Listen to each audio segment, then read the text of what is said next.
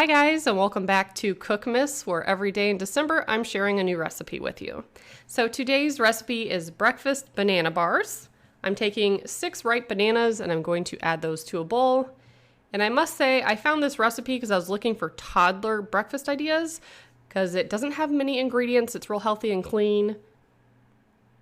So once I have all my bananas in there, I'm taking this little masher I got from Pampered Chef years ago.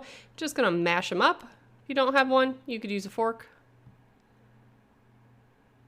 And once all of that is completely mashed up, I'm going to add a teaspoon of cinnamon and 2 tablespoons of water.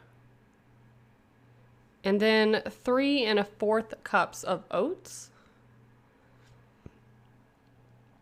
And I'm using quick oats. And once you have all that added, you can just go ahead and mix it up. Comes together fairly quickly. I've also preheated my oven to 400 degrees.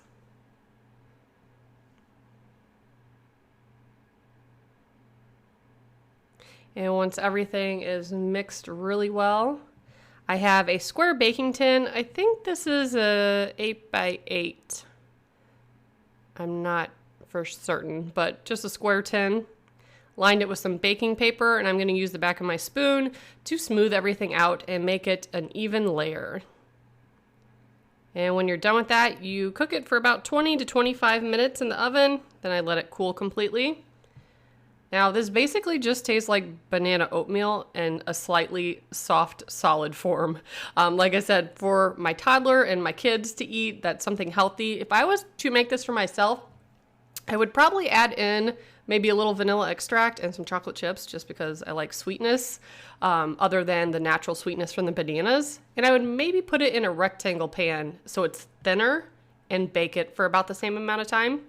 Because this comes out, it's a little on the thick side and it's a little soft, but it's perfect for my kids. They're not going to eat anything that's too crunchy or too hard.